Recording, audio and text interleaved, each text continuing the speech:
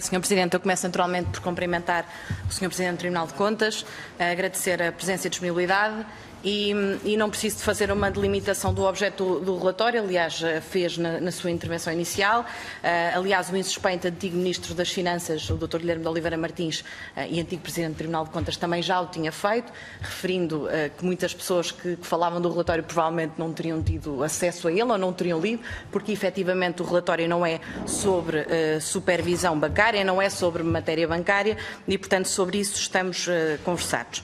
Mas eu começo por lhe fazer uma pergunta, um bocadinho na sequência daquela que foi a pergunta feita pelo deputado do Partido Comunista, naturalmente com declarações da antiga Ministra que não correspondem minimamente à realidade. Em momento algum a antiga Ministra disse que não controlava o que quer que seja, mas foi um número que muito pouco fiel à realidade. Mas aquilo que eu lhe perguntava era, incidindo este relatório sobre o período entre 2013 e 2015, aquilo que eu lhe pergunto é se não teria sido benéfico, se não seria enriquecedor para o próprio relatório se, em sede contraditória, tivesse o Tribunal de Contas pedido à antiga titular da pasta que se pronunciasse sobre o assunto.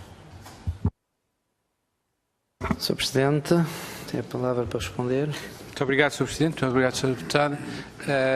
Eu expliquei a prática do exercício do contraditório e a prática do Tribunal, de acordo com a Lei Orgânica do Tribunal, é que os titulares individuais são de um determinado cargo num determinado momento têm que ser ouvidos e devem pronunciar-se necessariamente quando está em causa o apuramento de responsabilidades financeiras. Esta auditoria não tem esse objeto, não tem esse objetivo e, portanto, a circunstância de haver titulares que no tempo mudaram não é relevante para as conclusões que o Tribunal tira da apreciação dos factos que conseguiu obter evidência para esta questão. O que estava em causa era apreciar a forma como o Ministério das Finanças, não era apreciar a forma como, em concreto, o Sr. Ministro ou a Sra. Ministra, naquele período, desempenhou a sua função acionista. Porque a Sra. Ministra ou o Sr. Ministro fazem-no enquanto titulares de um órgão. E é esse órgão que tem a responsabilidade de representar o Estado enquanto acionista nas Assembleias Gerais, que tem a responsabilidade de aprovar os planos de investimento e os orçamentos, que tem a responsabilidade de acompanhar a forma como as empresas públicas exercem a sua função e, como acionista, garantir que os investimentos são bons, que a gestão é boa e que as participações sociais dão o justo retorno. E é esse o que se pretende neste novo regime jurídico. Porque o único critério legal que o Tribunal utilizou para apreciar a resposta à questão inicial que eu referi foi em que medida o Ministério das Finanças exerceu um controle eficaz ou não. Foi só essa a questão. Obrigado. A deputada Margarida Balseiro Lopes. Sr. Presidente, eu contextualizo a minha pergunta é porque efetivamente parece existir uma dualidade de critérios, porque a antiga Ministra já foi, relativamente a outros relatórios de auditorias do Tribunal de Contas, chamada a pronunciar-se em sede contraditório. Daí a minha pergunta tentar perceber a razão para este relatório não ter sido, e eu diria que eventualmente poderia ter sido enriquecedor e algumas das não evidências poderiam ter outro desfecho. Vou-lhe agora falar do regime jurídico, que já, aliás, na sua intervenção inicial amplamente escalpelizou, e a verdade é que referiu e bem que se verificou uma progressiva melhoria do controle feito pelo Ministério das Finanças, falou também do aumento do universo das empresas abrangidas, aliás, utilizou a expressão aumento materialmente significativo. Eu diria que, eventualmente, este aumento materialmente significativo poderá justificar o facto de não ter sido imediata a concretização integral do novo regime. Mas também permita-me que lhe diga, e naturalmente não lhe vou pedir que comentasse, que se este regime, se calhar, como e tanto elogiou, de maior controle e mais transparência existisse antes de 2013, se calhar, eventualmente, a situação absolutamente caótica, sob o ponto de vista financeiro, a que muitas das empresas chegaram, se existisse um controle mais eficaz, como este regime veio trazer, se calhar não teríamos chegado. E a verdade é que este novo regime surge na sequência de uma crise financeira, surge na sequência de um memorando de entendimento, surge na sequência também, sobretudo, da vontade política do anterior governo em trazer mais transparência e mais controle da parte do Estado. O alargamento setorial e subjetivo do regime já referiu, o reforço dos poderes de controle tanto da IGF como do Tribunal de Contas e a criação do TAM também, mas eu fazia-lhe uma pergunta porque já o deputado João Almeida falou da norma especial que prevalece sobre a norma geral e, portanto, deste artigo 14 deste regime jurídico. E aquilo que eu lhe perguntava, e porque este regime especial, neste caso o regime jurídico que se aplica às instituições de crédito, é de facto mais robusto e mais exigente, aquilo que eu lhe pergunto é se foi eventualmente considerado e se foi feita aqui uma análise paralela deste regime no que diz respeito à Caixa Geral de Depósitos. Sr. Presidente, para responder. Essa análise não foi feita nesta auditoria, Sra. Deputada. Deputada Margarida Balseiro Lopes. Obrigada, Sr. Presidente. Em terceiro lugar, uma das questões que é mais referida no relatório é precisamente o escrutínio, ou a falta dele, dos planos de atividade e orçamento e o controle feito pelo acionista. Aliás, este é um dos objetivos do Decreto-Lei, que fala na implementação de um sistema que contribua ativamente para a contenção de despesas e para o equilíbrio das contas públicas, e aqui é fundamental o papel da UTAM. Nos pontos 129 e 131 do relatório é referido que a Caixa se considera dispensada da apresentação da proposta de plano de atividade de investimento e orçamento e, portanto, não foi por essa razão enviada essa documentação ao Ministério das Finanças e fala, aliás, de um despacho do Sr. Secretário de Estado, já teve a oportunidade de referir. E conclui o Tribunal de Contas que este despacho isenta a Caixa do dever de divulgação, mas não do dever de informação ao acionista único. E a verdade é que pode daqui ficar subentendido que durante este período o acionista não teve informação dos planos de atividade, de investimento e orçamento, ou pelo menos foi essa a tentativa de interpretação que os partidos mais à esquerda tiveram. E isto é ignorar que desde 2012 existe um plano de reestruturação muito mais robusto e muito mais abrangente, com vigência até 2017, que foi negociado pelo Estado, pelo acionista, com as instituições europeias, nomeadamente com a DGCOM, e que, com um conjunto muito largo de objetivos, foi sendo monitorizado numa lógica trimestral, tanto pelas instituições europeias como pelo Estado, com o acompanhamento, naturalmente, do Banco de Portugal. E eu a pergunta que lhe coloco a este respeito é se este relatório da Auditoria do Tribunal de Contas teve em consideração este aspecto, o facto de haver um plano de reestruturação definido, negociado pelo Estado português, pelo acionista único, junto das instituições europeias e que, naturalmente, eu diria que consome o objeto daquilo que seria os planos anuais de atividades e orçamento. Sr. Presidente. Muito obrigado, Sr. Presidente. Muito obrigado, Sra. Deputada. A evidência que o Tribunal tem é que existe uma carta de missão de maio de 2013 e que depois dessa carta de missão não existe mais informação. E se de facto não houvesse essa obrigação, não se compreende, e essa é outra evidência que o Tribunal recolhe, porque é que houve a necessidade de a própria Caixa Geral de Depósitos requerer a isenção de cumprimento das obrigações de divulgação de informação ao Sr. Secretário de Estado das Finanças. E é porque, de facto, a própria Caixa e o Ministério das Finanças, de acordo com o novo regime jurídico, tinham a obrigação de fazer... Podia estar tudo determinado, mas os exercícios ainda são anuais. O controlo da execução daquilo que são os planos de investimento, de orçamento, de acordo com o regime jurídico, e não é por ser uma instituição financeira que deixa de estar obrigada a ter esses planos. Provavelmente tê-los-á. O que no Tribunal não teve foi evidência de que o Ministério das Finanças os tenha recebido e, se os recebeu, os tenha utilizado no sentido daquilo que o regime jurídico prevê que era a sua obrigação. Muito obrigado. Obrigado, Sr. Presidente. Deputada Margarida Balseiro Lopes. Sr. Presidente, aqui então devo concluir que, sendo público que existe este plano de reestruturação, que consome em larga medida estes planos de atividade e orçamento, foi absolutamente ignorado neste relatório a existência deste plano de reestruturação. Não foi tido em consideração, uma vez que em nenhum momento do relatório isso surge como uma evidência.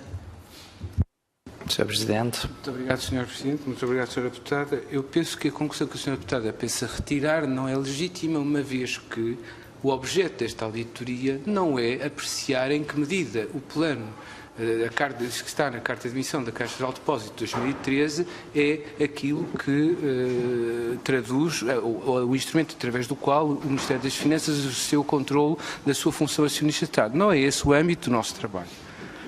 O que o Tribunal constata é que, em geral, e eu insisto nisto, perdoe-me que use 2 minutos para insistir nisto, a conclusão do Tribunal é de que o novo regime não está plenamente a ser aplicado.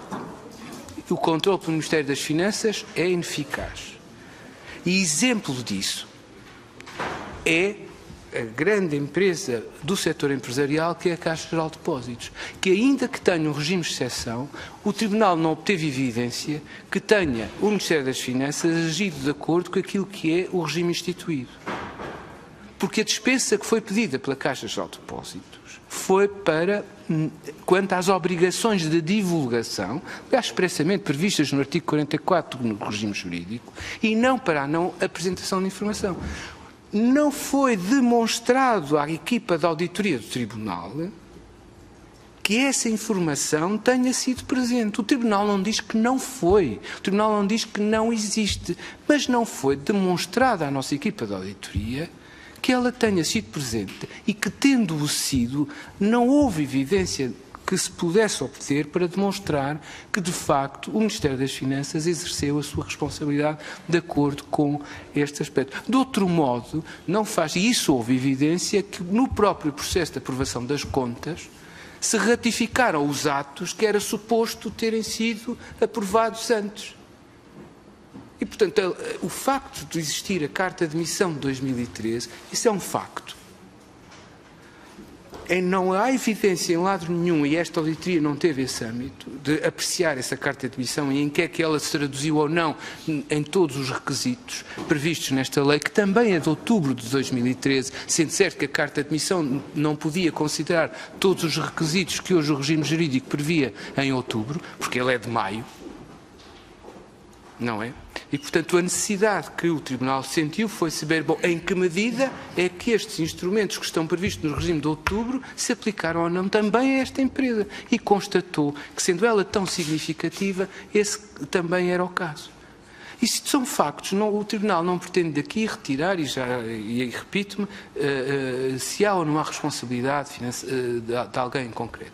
O que há é uma situação em concreto que evidencia que o controle que competia exercer ao Ministério das Finanças no conjunto do setor empresarial, incluindo também as entidades que são entidades financeiras, não foi exercido de forma eficaz e de forma plena.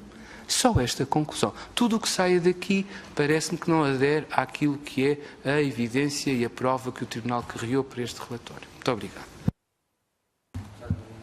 Sr. Presidente, eu percebo que me falo do âmbito do relatório, mas também permita-me que lhe falo do âmbito e do objeto da Comissão. E, portanto, é normal que, tendo sido colocado em causa o papel do acionista no controlo, nomeadamente na apresentação ou não e na recepção por parte do Ministério das Finanças destes planos de atividade, parece-me inevitável concluir que, então, o Ministério das Finanças não deu conhecimento ao Tribunal de Contas de que esses planos de atividade estavam compreendidos naquilo que era o plano de estruturação, um documento muito mais abrangente e que, desde 2012, vigorava e que se aplicava à Caixa Geral de Depósitos. Mas permita-me que lhe fale agora do papel da IGF, que é outro dos aspectos mais destacados no relatório, nomeadamente no ponto 39, em que no contraditório a IGF diz que a intervenção de controle no domínio financeiro, face à autonomia da respectiva regulação, caberá essencialmente a entidades externas como Tribunal de Contas. E a intervenção da IGF volta a ser requerida naquilo que é a exposição da Caixa a 4,5 mil milhões de euros, nomeadamente às imparidades num valor de 1,5 mil milhões de euros. Requerendo aqui o Tribunal de Contas que a IGF fosse fazer uma auditoria solicitada pelo acionista à Caixa Geral de Depósitos. Eu diria que existe desde logo a dúvida, como aliás é destacado depois pela própria IGF, quanto à possibilidade desta ter ou não de facto um papel diferente no que diz respeito à Caixa Geral de Depósitos no âmbito das suas atribuições. Mas à parte disso, importa referir que a Caixa, enquanto instituição de crédito, está sujeita a regras próprias de auditoria relativamente ao cálculo e aos métodos de cálculo das imparidades, nomeadamente a divulgação dessa informação está desde logo associada e relacionada com a publicação das demonstrações financeiras e com aquilo que são muitos dos atos que são próprios dos revisores oficiais de contas. Para além disso, eu diria que subsiste a dúvida quanto à possibilidade da IGF ter acesso a esta informação, quanto à possibilidade de ser levantado o sigilo bancário, no caso dessa entidade, e falo especificamente a questão dos créditos e das imparidades ou da revisão das imparidades. E para terminar, a caso não lhe pergunta seja é, Sra. Deputada, dado acesso à informação numa base individual, de que forma é que a IGF poderia fazer aqui uma ação inspectiva? E, portanto, a pergunta que eu lhe coloco, Sr. Presidente, e com a sua tolerância, para terminar, começa desde logo no papel que a IGF pode ou não ter, atendendo à especificidade do setor e ao sigilo bancário, e mesmo quanto à revisão da carteira de créditos, em que medida é que pode ser exigido ao acionista que peça à IGF para ir fazer uma revisão ao cálculo das imparidades, quando houve nos últimos anos, desde o exercício de Comprehensive Assessment aos 4 exercícios que foram feitos de revisão dos níveis de imparidade e naturalmente às revisões trimestrais que foram sendo feitas durante o período de ajustamento. Obrigada. Obrigado, Sra. Deputada. Sr. Presidente, para responder, Muito obrigado, última pergunta. Presidente. Muito obrigado, Sra. Deputada. Na minha intervenção inicial eu fiz a referência muito breve a esse aspecto. Aquilo que interpela ao Tribunal, eu penso que há aqui um exacerbar desta referência à Inspeção-Geral de Finanças. O que eu disse é que, tendo o Ministério das Finanças recebido relatórios, pelo menos a evidência que temos é que o último relatório foi inscrito no 4º trimestre de 2015, em que havia matérias que suscitavam preocupação, não houve evidência que o próprio Ministério das Finanças, enquanto acionista, tenha suscitado a intervenção de entidades competentes para o preparar para o exercício dessa ação. A referência à Inspeção-Geral de Finanças decorre do próprio regime jurídico do setor empresarial do Estado. Não se vê de outra maneira. O artigo 26 diz quem é que exerce o controle financeiro e diz também que as empresas públicas estão submetidas ao controle da Inspeção-Geral de Finanças no termo da lei. E, portanto, é por essa referência e pela posição que a própria Inspeção-Geral de Finanças tem no contexto do Ministério das Finanças e do controle estratégico que lhe cabe nos termos da lei que o Tribunal de Contas faz essa referência. O acionista pode requerer, uma vez que as unidades técnicas que normalmente faziam a análise dessa informação o não fizeram, poderia ter socorrido de outras entidades competentes. Não tendo feito, o Tribunal incluiu a Inspeção-Geral de Finanças como uma das possíveis entidades a que o Ministério das Finanças podia ter recorrido. Só isso. Não há, e penso que não é legítimo extrair mais do que está no relatório, como a Sra. Deputada tenta fazer. O relatório é factual, apenas constata que, face a informações desta natureza, não se obteve evidência de que tenha sido dada suficiente relevância àquelas questões enquanto acionista. Muito obrigado, Sr. Presidente. Vamos agora passar ao Grupo Parlamentar do Partido Socialista e ao